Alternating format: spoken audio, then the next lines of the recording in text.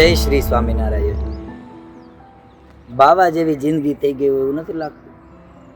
ન કમાવાની ચિંતા, ન ભેળું કરવાની ચિંતા. જે કટોરામાં આવે એ ખાઈને પીડું રહેવાનું રૂપામાં. એક ભાઈ કે સ્વામી અમારા ઘરમાં તો બહુ એકતા છે. કીધું કેમ? તો કે હું પાણી પીવા ઊભો થાઉં ને ત્યારે જ બધાને તરસ લાગે.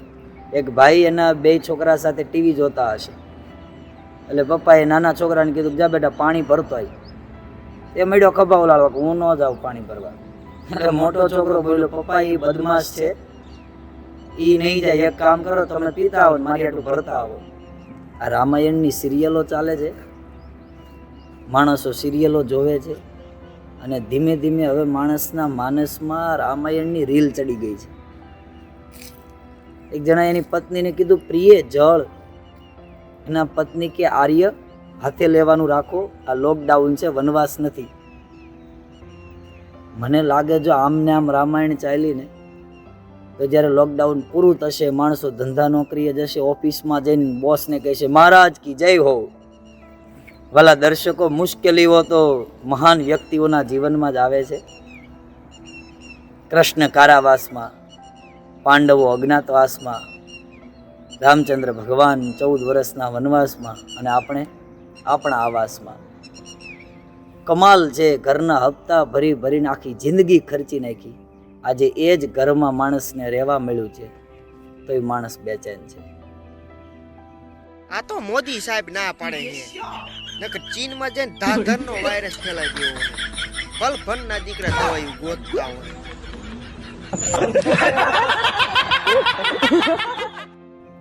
પણ ઘરમાં રહો, સુરક્ષિત રહો અને ઘેર બેઠા તીરથ કરો. પૂજ્ય ગુરુ મહારાજ શ્રી દેવ કૃષ્ણદાસજી સ્વામી કહે છે કે જીવનમાંથી ફ્યુઝ ઉડે એ પહેલા એનો સાચો યુઝ કરી લેવો. આ શરીરમાંથી ક્યારે પ્રાણ પંખેરું ઉડી જાય કોઈ નિશ્ચિતતા નથી. મૃત્યુ આવશે એ નક્કી છે.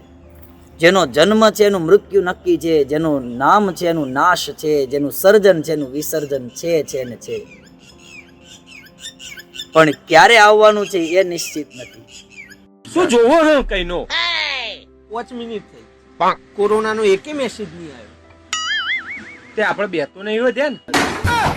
જો જો જો બાજુ કરિયાણા વાળો કાકો જો એ વેલજી કાકા શોક જતા રહ્યા. હા શું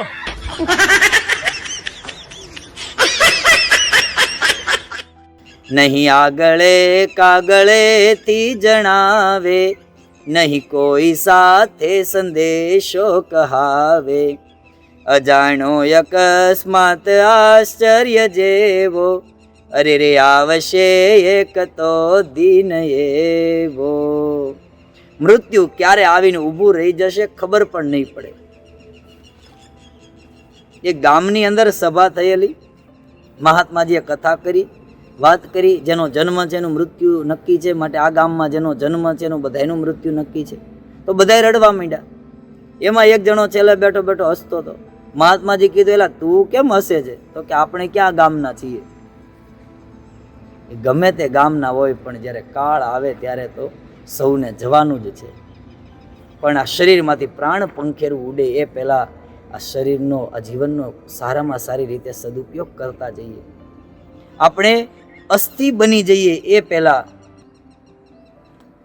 અનેકના જીવનમાં આસ્થા પેદા કરતા જઈએ. આપણી ચિતા ખડકાય એ પહેલા અનેકના જીવનમાં નવી ચેતનાઓ પ્રગટાવતા જઈએ. એ જ આ ખરું જીવનનું સાફલ્ય છે. ગોંડલમાં સમર્થ યોગીવર્ય સદગુરુ શ્રી ગોપાળાનંદ સ્વામી પધારેલા ચોકમાં સભા થયેલ, અને સ્વામી એક બહુ સરસ દ્રષ્ટાંત આપ્યું. એક કઠિયારો હતો, જંગલમાં લાકડા કાપવા માટે જાય. લાકડા કાપીને સાંજે ઘરે આવે, થોડાક લાકડા વેચે, એનું સીધું સામાન લાવી બીજા લાકડા ચૂલામાં નાખે, રસોઈ કરે. આમ ને આમ એનું ગુજરાન ચાલતું ને એમાં એક દિવસ એ જંગલમાં લાકડા કાપવા માટે આગળ ને આગળ જતો હતો. એમાં એના હાથમાં એક ચંદનનું લાકડું આવી ગયું. પણ એ કઠિયારને ખબર નહીં કે આ ચંદનનું લાકડું છે ને ચંદનનું લાકડું આટલું કિંમતી હોય. કઠિયારો ઘરે આવ્યો, થોડા લાકડા વેચ્યા, સીધું સામાન લઈ અને ચંદનનું લાકડું હતું ને ચૂલામાં નાખ્યું. અને એની સુગંધ આજુબાજુ ચારેય બાજુ પ્રસરાઈ ગઈ. બરાબર એ જ વખતે નગરના નગર શેઠ ત્યાંથી નીકળ્યા અને શેઠે જોયું કે આ નગરમાં મારા કરતા મોટો શેઠિયો કોણ છે કે ચંદનના લાકડાથી રોટલા કરે છે. તપાસ કરી તો ખ્યાલ આવ્યો કે અજ્ઞાની કઠિયારો છે, એને કઈ બીજું જ્ઞાન નથી અને એ ચંદનના લાકડાથી રોટલો કરે છે. નગર શેઠ ત્યાં આવ્યા. શેઠે કીધું કે આ લાકડું મને આપી દે, હું તને 10 પૈસા આપું. કઠિયારો કહે કે અડધું તો બળી ગયું છે, હમણાં વાતમાં એ બાકીનું પણ બળી જશે. ત્યાં શેઠે એ ચંદનનું લાકડું કાઢી ઠારી નાખ્યું. કઠિયારાને 10 પૈસા આપ્યા. કઠિયારો એની રીતે રાજી થઈ ગયો. શેઠે લાકડું લીધું, એમાંથી બળેલો ભાગ કાઢી અને સારો ભાગ રોજ સવારે પૂજા કરે ત્યારે ચંદન ઘસી અને નાના એવા બાલ મુકુંદ લાલજી એમની ચંદનથી પૂજા કરે. એમ કરતા કરતા લાકડું પૂરું થયું. શેઠનું આયુષ્ય પૂરું થયું. વૈકુંઠમાંથી વિમાન આવ્યા. શેઠ ગયા. સદગુરુ ગોપાળાનંદ સ્વામી આ દ્રષ્ટાંતનો સિદ્ધાંત બહુ સરસ કીધો કે જેમ પેલા નગર શેઠે લાકડાનો બળેલો ભાગ હતો એ કાઢી અને સારો ભાગ ભગવાન માટે વાપરો, એમ આપણો પણ અત્યાર સુધીનો વીતી ગયેલો જે સમય છે પાછો આવવાનો નથી. એટલે એને ભૂલી અને હવે પછી જાગ્યા ત્યાંથી સવાર સારામાં સારી રીતે આ શરીરનો અને આ જીવનનો સદુપયોગ કરીએ. ગુણાતીતાનંદ સ્વામી વર્ષો પહેલા કહી ગયા કે બ્રહ્માંડો રહેશે ને ત્યાં સુધી કારખાના રહેશે. આપણે નહોતા તોય ચાલતા, છીએ તોય ચાલે છે અને નહીં હોય ને તોય સારામાં સારા ચાલશે.